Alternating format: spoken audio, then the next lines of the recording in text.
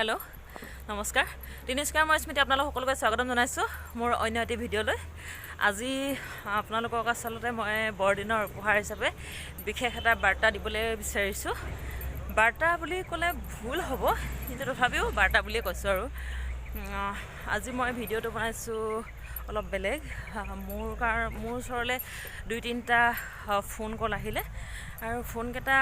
মানে বিশেষ এটা একচুয়ালি পাৰ্সোনাল ফোন হয় বাৰু মোৰ তথাপি মই ফোন কেটা অহাৰ কাৰণেহে মই ভিডিওটো বনাও বুলি ভাবিলো আৰু ভিডিওটো আসলতে মান নবনালেও হয় তথাপিও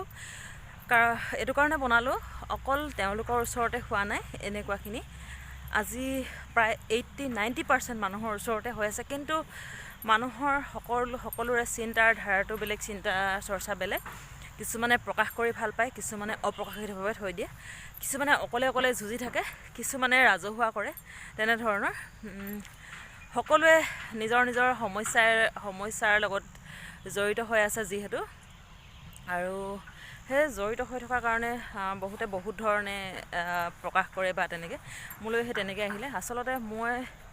মোক তেওঁলোকে এটোৱে ক'লে যে তই পাৰিবি তই কেনেকৈ পাৰ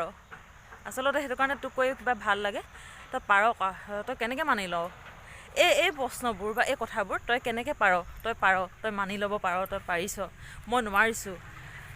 তই কেনেকৈ কৰিলি কচোন তই কেনেকৈ মানি লৈছ এই কথাবোৰে আসলতে মই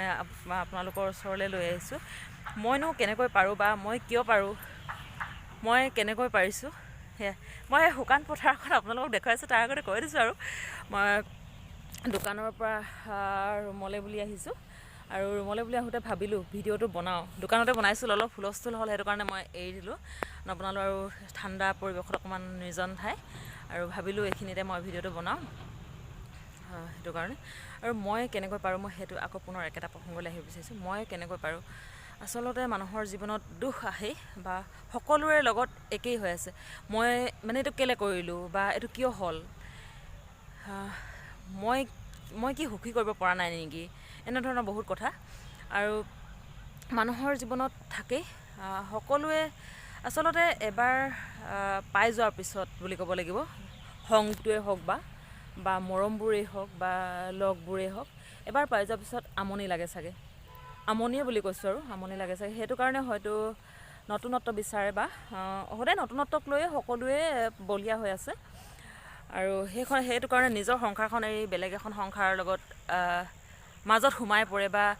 নিজৰ সংসাৰখন সুচাৰুৰূপে পৰিচালনা কৰিব নজনাৰ কাৰণে হয়তো থাৰ্ড পাৰ্সনে সুবিধা পায় সোমাবলৈ তেনে ধৰণে সকলোৰে সংসাৰবোৰ একে ধৰণে হৈ আছে সংসাৰক লৈ মই আজি কৈছো আৰু সংসাৰবোৰ একে ধৰণে হোৱা কাৰণে প্ৰত্যেকৰ 80% সংসাৰত থাৰ্ড পাৰ্সনৰ এন্ট্ৰি হৈছে আৰু থাৰ্ড পাৰ্সনৰ এন্ট্ৰি হোৱাৰ লগে লগে কোনোবাই তাত সন্তুষ্ট আৰু কোনোবাই অসন্তুষ্ট হে অসন্তুষ্টি যিজনে ভুগিছে বা মানি ল'ব নোৱাৰে তেওঁৰ কাৰণে হসাকৈ বৰ জটিল কথাবোৰ সহজ একেবাৰে নহয় আৰু সহজ নোহোৱাৰ মানি ল'বলৈ বা নল'বলৈ সংসাৰখন ভাঙি পেলোৱাটো কোনো ধৰণৰ তাত আহি নপৰে সকলোৱে চেষ্টা কৰিব লাগে নিজৰ সংসাৰখন বা নিজৰ ঘৰখন ঠিক ঠাককৈ চলাবলৈ আৰু মইনো কেনেকৈ পাৰো মানুহক ব্যস্ততাৰ প্ৰয়োজন মই সংসাৰখন অকল মোৰ কাৰণে কৰা নাই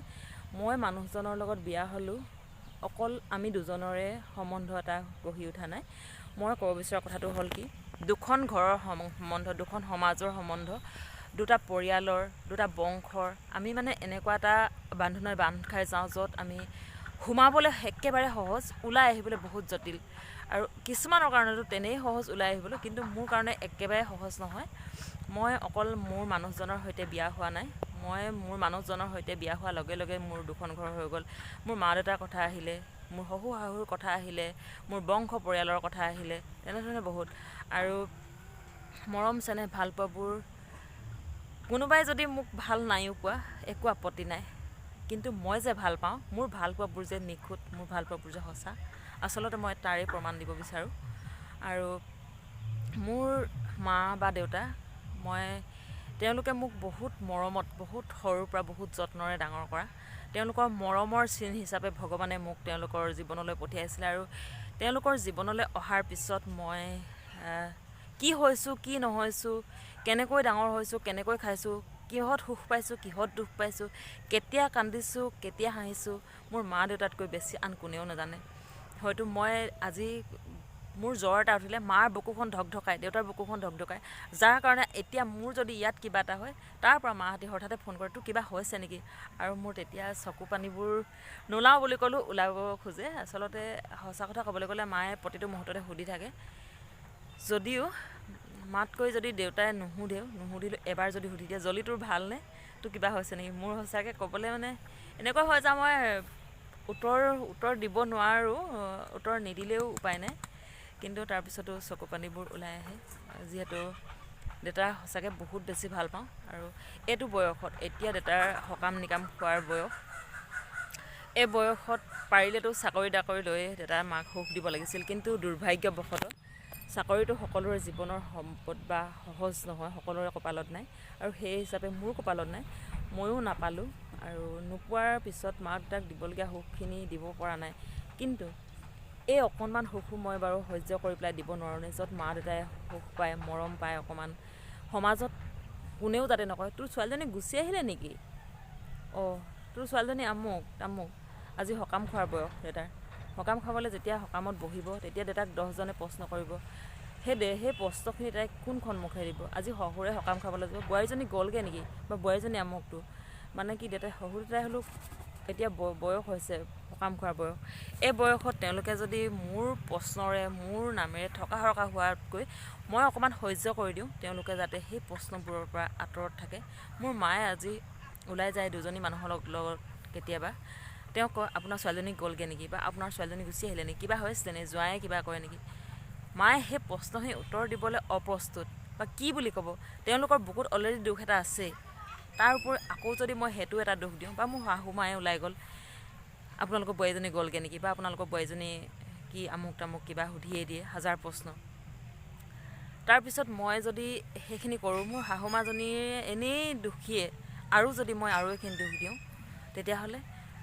মই একোৱেই নাই। তেনেহ'লে মোৰ পৃথিৱীলৈ অহা, মোৰ এই ইমান ডাঙৰ হোৱাৰ মোৰ জ্ঞান, আজি পঢ়ি শুনি মই কি পালোঁ? মই মা দেউতাক একোৱে কৰি দিব নোৱাৰিলোঁ নেকি, একোৱে কৰি দিব নোৱাৰোঁ নেকি? আজি মোৰ সঁচাকৈ মই সেইটো কাৰণে ভাবোঁ, মই মা দেউতাক একো দিব নোৱাৰিলোঁ, অন্ততঃ আজি মই এইখিনি সহ্য কৰি মা দেউতাই ভাবে মোক ছোৱালীজনী ভালকৈ আছে, ছোৱালীজনী সুখী, মই দুখী নহয়, মই সঁচাকৈ সুখী। আৰু মই জীৱনত জীয়াই থাকিবলৈ মোৰ মা দেউতাৰ কাৰণে মই জীয়াই আছোঁ। মা দেউতাই কিমান মৰমত ডাঙৰ কৰিছিলে, আৰু ভগৱানৰ দান হিচাপে মই মোৰ জীৱনটো পাইছোঁ। মই জীৱনটো উপভোগ কৰিব বিচাৰোঁ, মই পৃথিৱীলৈ অহাৰ অস্তিত্ব জীয়াই ৰাখিব বিচাৰোঁ। মোৰ পৰিয়ালক, মোৰ বংশক, বা মোৰ মানুহজনৰে বংশক, পৰিয়ালক মই দোষী কাকো কৰিব বিচৰা নাই। চেষ্টা কৰিছোঁ পৰ্যাপ্ত পৰিমাণৰ যিমানখিনি সুখ যাক যেনেকৈ দিব পাৰোঁ দিওঁ, বাকীখিনি ভগৱানৰ ওপৰত, ভগৱানে বিচাৰ কৰিব। সময়ৰ কষ্টই হওক বা সময়ৰ কাম সময়তে হওক, ভগৱানে আছে যেতিয়া, ভগৱানৰ দান হিচাপে পৃথিৱীলৈ আহিছোঁ, ভগৱানে মানি লওক, তেওঁ মোক